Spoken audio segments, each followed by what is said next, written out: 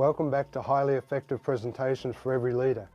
You've reached the final video of this series, and before moving on to our new material for video 104, it's important to recap what we've covered so far.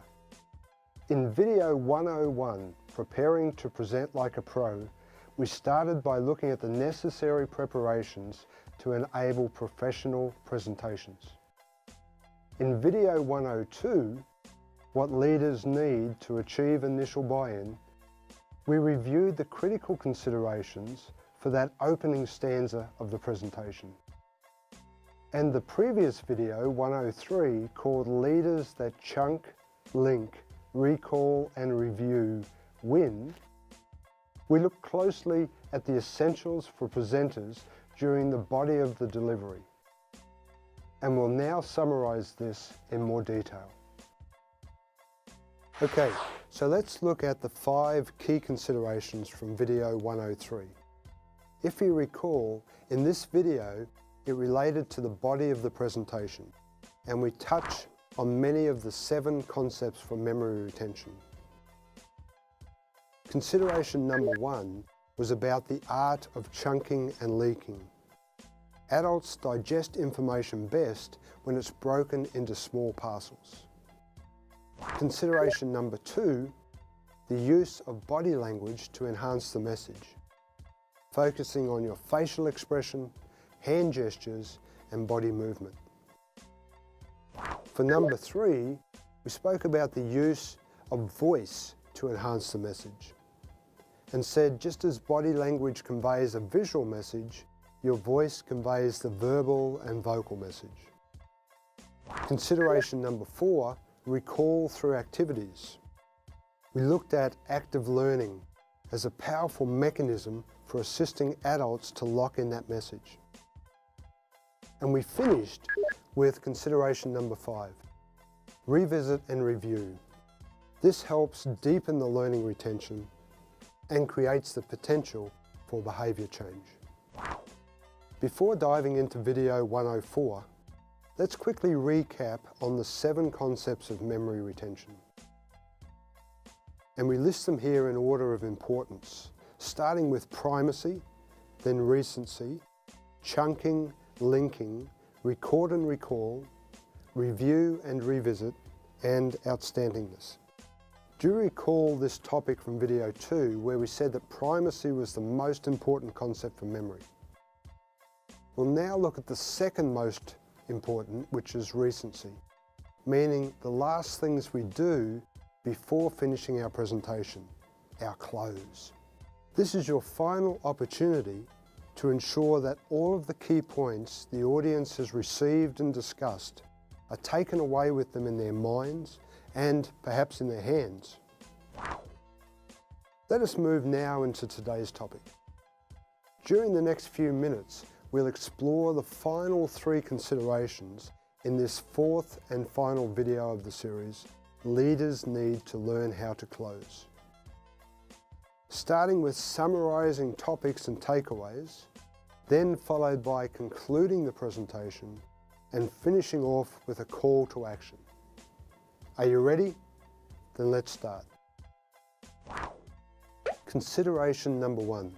Summarizing the topics and the key takeaways. This is where you bring it all together that one last time. Do you remember we spoke about the importance of reviewing a minimum of 6 times in our previous video? State the topics that you've covered and those key points from each. Recall something specific that was discussed with these points so participants are able to recall. Make the points visual so that there's a final chance to digest and retain. I show graphically the link between all of the topics which lead to the conclusion.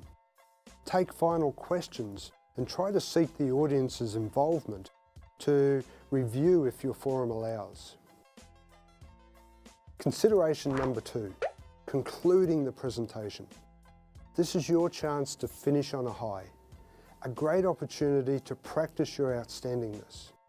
Put on your dancing shoes, figuratively speaking of course, and make it special.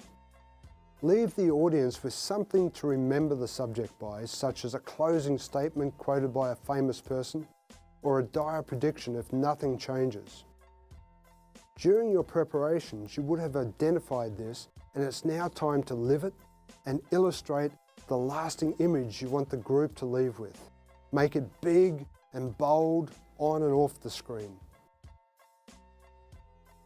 Consideration number 3, calling to action. All great presentations have a follow-up request or requirement. Try using the challenge or callback close.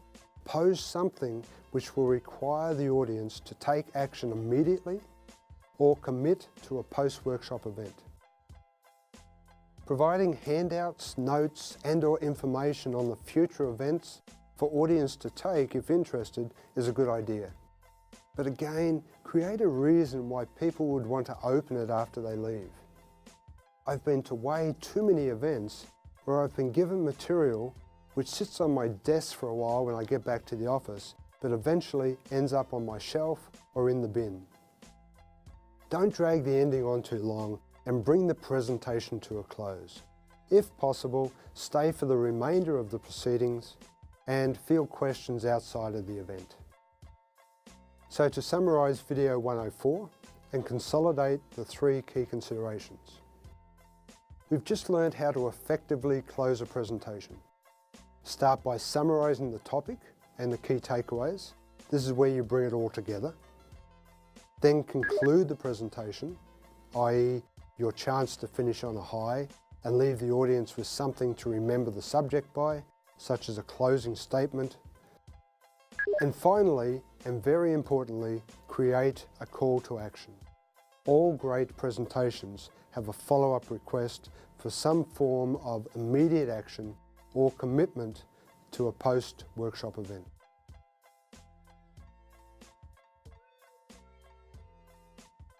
Thank you for watching this series, Highly Effective Presentations for Every Leader. We've enjoyed making the videos and hope that you've enjoyed watching them. Please visit our site www.amentorscouch.com or subscribe to our YouTube channel to receive notifications when new materials released.